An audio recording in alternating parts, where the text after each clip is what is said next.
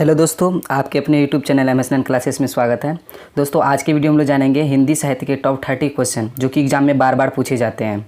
अगर इस चैनल पे नए व्यूअर हैं तो प्लीज़ चैनल को सब्सक्राइब कर दें और साथ ही साथ बेल आइकन को दबाना ना भूलें। इससे क्या होता है कि मैं जो भी वीडियो बनाऊँगा सबसे पहले आप लोगों तक पहुँचेगा। सभी लोगों को यह पहले मालूम होना चाहिए कि राष्ट्रीय हिंदी दिवस कब मनाया जाता है। तो राष्ट्रीय हिंदी दिवस है जो मनाया जाता है 14 सितंबर को, और विश्व हिंदी दिवस कब मनाया जाता है 10 जनवरी को। और भारतीय संविधान में हिंदी को प्राथमिकता किस रूप में दिया गया है तो राजभाषा, यानी हिंदी को भारत में राष्ट्रीय भाषा का दर्जा नहीं दिया गया, राजभाषा का दर्जा दिया गया है। और संविधान में भाषाओं का वर्णन अनुच्छेद 343 से 351 के बीच मिलता है। और भारतीय संविधान में 22 भाषाओं को मान्यता दिया गया है और 22 भाषाओं का वर्णन संविधान की 8वीं अनुसूची में मिलता है। ये सारी बातें आप लोगों को भी मालूम रहनी चाहिए, इनसे भी प्रश्न पूछे जाते हैं। तो चलिए प्रश्न की ओर बढ़ते हैं। तो प्रश्न है हम लोगों का कि अंग्रेजी भाषा को भारत में शिक्षा के माध्यम से किनके द्वारा आरंभ किया गया। तो आंसर होगा इनका लॉर्ड मैकाले। और कब किए थे तो 1835 में। यानी भारत में शिक्षा नीति को सबसे पहले किसने लाया था तो लॉर्ड मैकाले ने लाया था। किसने? लॉर्ड मैकाले ने। इनका मानना था कि अगर भारतीय संस्कृति को बर्बाद करना है तो भारतीय शिक्षा में अंग्रेजी भाषा को लाना जरूरी है, ऐसा इनका मानना था और इन्होंने अंग्रेजी भाषा को भारतीय शिक्षा में लाया। तो चलिए अगले प्रश्न की ओर बढ़ते हैं। अगला प्रश्न है कि हिंदी साहित्य के इतिहास का प्रथम महाकाव्य कौन सा है। हिंदी साहित्य के इतिहास का प्रथम महाकाव्य है जो पृथ्वीराज रासो, और इसके रचनाकार कौन है? चंद्रवर दाई। कौन है? चंद्रवर दाई इसके रचनाकार हैं। ये भी पूछे जाते हैं। ये काफ़ी इंपॉर्टेंट प्रश्न है, सभी प्रश्न एग्जाम में पूछे गए हैं। उन्हीं सारे प्रश्नों को आप लोग करा रहे हैं। यही एग्जाम में प्रश्न बार बार पूछे जाते हैं। तो अगला प्रश्न है कि हिंदी साहित्य के किस काल को स्वर्ण काल कहा जाता है। तो हिंदी साहित्य के भक्ति काल को स्वर्ण काल कहा जाता है। ये भी प्रश्न एग्जाम में पूछे जाते हैं कि भारतीय इतिहास का, क्या पूछेगा आपसे, भारतीय इतिहास का कौन सा काल स्वर्ण काल के नाम से जाना जाता है तो गुप्त काल। लेकिन यहाँ पे प्रश्न क्या है आपका, हिंदी साहित्य के किस काल को स्वर्ण काल के नाम से कहा जाता है तो भक्ति काल को। किसको? भक्ति काल को स्वर्ण काल के नाम से जाना जाता है हिंदी साहित्य का। तो चलिए अगले प्रश्न की ओर बढ़ते हैं। अगला प्रश्न है कि हिंदी के सर्वप्रथम प्रकाशित दैनिक समाचार पत्र कौन सा है। ये सभी एग्जाम में पूछे जाते हैं, बार बार पूछे जाने वाले ये सारे प्रश्न हैं। तो सुधावर्षन हिंदी साहित्य के दैनिक समाचार पत्र है पहला, यानी हिंदी साहित्य के सर्वप्रथम प्रकाशित दैनिक समाचार पत्र कौन है? सुधावर्षन। इस सारे प्रश्नों को अच्छे से आप लोग क्लियर कर ले, एग्जाम में आप लोग आसानी से हिंदी साहित्य के प्रश्नों को बना सकते हैं, यानी एग्जाम में 2-3 नंबर आप लोग को आसानी से प्राप्त कर सकते हैं। तो चलिए अगले प्रश्न की ओर बढ़ते हैं। अगला प्रश्न है कि हिंदी साहित्य के प्रथम उपन्यास कौन सा है। तो यानी हिंदी साहित्य के जो प्रथम उपन्यास कौन है तो परीक्षा गुरु। कौन है? परीक्षा गुरु। अगला प्रश्न है हम लोग का कि हिंदी साहित्य के प्रथम एकांकी कौन सा है। तो हिंदी साहित्य के जो प्रथम एकांकी है कौन है? एक घूंट। कौन है? एक घूंट। अगर इस चैनल को अब तक सब्सक्राइब नहीं किए तो प्लीज़ चैनल को सब्सक्राइब कर दीजिएगा।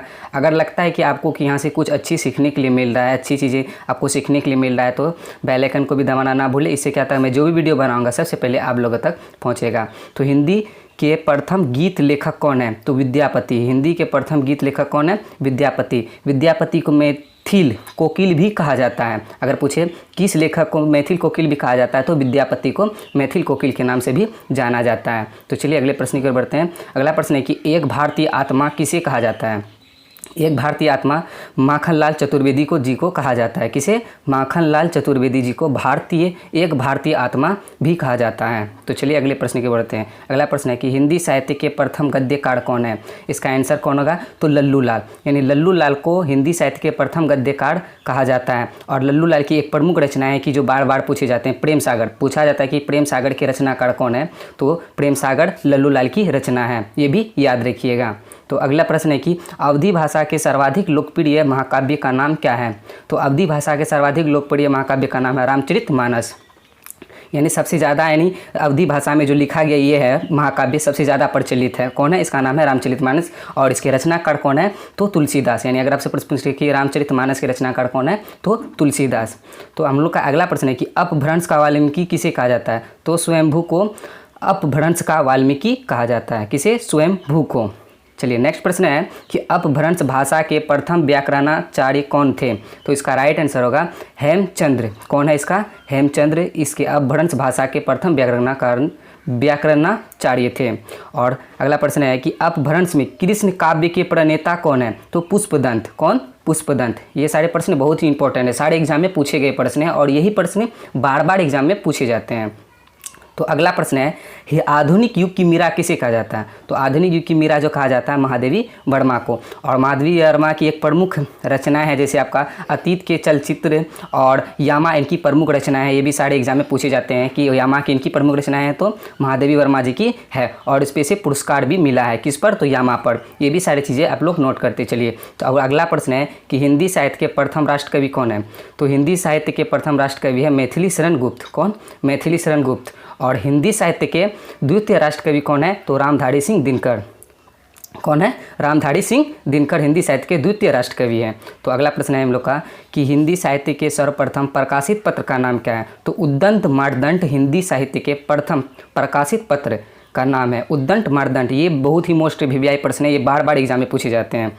तो अगला प्रश्न है हम लोग का कि कठिन काव्य का प्रेत किस कवि को कहा जाता है? तो इसका आंसर होगा केशव दास, यानी केशव दास को कठिन काव्य का प्रेत कवि भी कहा जाता है। तो ये सारे प्रश्न बहुत ही इंपॉर्टेंट है। अगला प्रश्न है, किस छायावादी कवि ने संवाद शैली का सर्वाधिक उपयोग किया है? तो जयशंकर प्रसाद, यानी जयशंकर प्रसाद ने छायावाद संवाद शैली का सर्वाधिक उपयोग किया है। और जयशंकर प्रसाद को छायावाद के प्रवर्तक भी कहा जाता है। और इनकी प्रमुख रचनाएं हैं जैसे आंसू, झरना, कामिनी, और ये सारी जयशंकर प्रसाद की प्रमुख रचनाएं हैं। तो अगला प्रश्न लोग का कि कथा सम्राट किसे कहा जाता है? तो कथा सम्राट प्रेमचंद जी को कथा सम्राट कहा जाता है हिंदी साहित्य में। यानी कथा सम्राट किसे कहा जाता है? तो प्रेमचंद्र को कहा जाता है।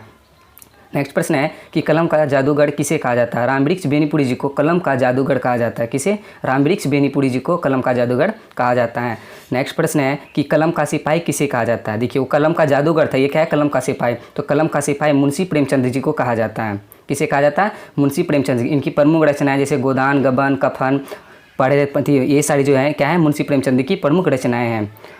चलिए नेक्स्ट प्रश्न है कि छायावाद के प्रवर्तक किसे कहा जाता है? तो छायावाद के जो प्रवर्तक है जयशंकर प्रसाद है, अभी बताए थे। और इनकी प्रमुख रचनाएं जो है जैसे कामिनी, आंसू, झरना, इनकी आदि प्रमुख रचनाएं हैं। तो नेक्स्ट प्रश्न है कि रामधारी सिंह दिनकर किस रस के कवि माने जाते हैं? ये मोस्ट वीवीआई प्रश्न है, सारे एग्जाम में पूछे जाने वाले प्रश्न हैं। तो वीर रस, और वीर रस का क्या होता है? उत्साह। देखिए वीर का अर्थ होता है उत्साह, और रामधारी सिंह दिनकर किस रस के कवि थे? तो वीर रस के कवि थे। नेक्स्ट प्रश्न है कि हिंदी साहित्य के किस रचना पर रामधारी सिंह दिनकर को ज्ञानपीठ पुरस्कार मिला है? तो उर्वशी पर रामधारी सिंह दिनकर को ज्ञानपीठ पुरस्कार मिला था। किस पर? उर्वशी पर। तो अगला प्रश्न है कि रामधारी सिंह दिनकर को साहित्य अकादमी अवार्ड किस रचना पर मिला है? तो संस्कृत के 4 अध्याय पर। देख लीजिए, ज्ञानपीठ बोले तो उर्वशी पर, और साहित्य अकादमी अवार्ड बोले तो संस्कृत के 4 अध्याय पर। चलिए नेक्स्ट प्रश्न है कि कौन से कवि राज्यसभा के 3 बार सदस्य रहे हैं? यानी कौन से कवि हैं जो कि राज्यसभा के 3 बार सदस्य रहे हैं? तो रामधारी सिंह दिनकर। कौन? रामधारी सिंह दिनकर ऐसे कवि हैं जो कि राज्यसभा के 3 बार सदस्य रह चुके हैं। आरसी प्रसाद किस काल के कवि हैं? तो आरसी प्रसाद जी जो हैं उत्तर छायावाद के काल के कवि हैं। और नेक्स्ट प्रश्न है कि रविन्द्रनाथ ठाकुर को किस साहित्य पर नोबेल पुरस्कार मिला है? तो गीतांजलि पर। और गीतांजलि की रचना किस भाषा में हुई? तो बांग्ला में हुआ है। और रविन्द्रनाथ ठाकुर ऐसे पहले भारतीय थे जिन्होंने कि नोबेल पुरस्कार प्राप्त किए थे। और कब किए थे? तो 1913 ईस्वी में। और किस पर? तो गीतांजलि पर किए थे। तो चलिए नेक्स्ट प्रश्न है कि व्यंग्य कवि के नाम से कौन जाने जाते हैं? तो व्यंग्य कवि के नाम से हरिशंकर परसाई जी जाने जाते हैं। कौन? हरिशंकर परसाई जी। नेक्स्ट है कि आधुनिक युग के चरण कौन है? तो आधुनिक युग के चरण रामधारी सिंह दिनकर जी को कहा जाता है। किसे? रामधारी सिंह दिनकर जी को। तो नेक्स्ट प्रश्न है आप लोगों के लिए है कि किसने कहा है कि मनुष्य वह है जो मनुष्य के लिए मरे? इस प्रश्न का आंसर आप लोग कमेंट करके ज़रूर बताइएगा। और ये वीडियो कैसा लगा आप लोग को? अगर अच्छा लगा हो तो चैनल को प्लीज़ ज़रूर सब्सक्राइब कर दीजिएगा, और कमेंट करके भी ज़रूर बताइए कि ये वीडियो आप लोगों को कैसा लगा। तब वीडियो देखने के लिए धन्यवाद।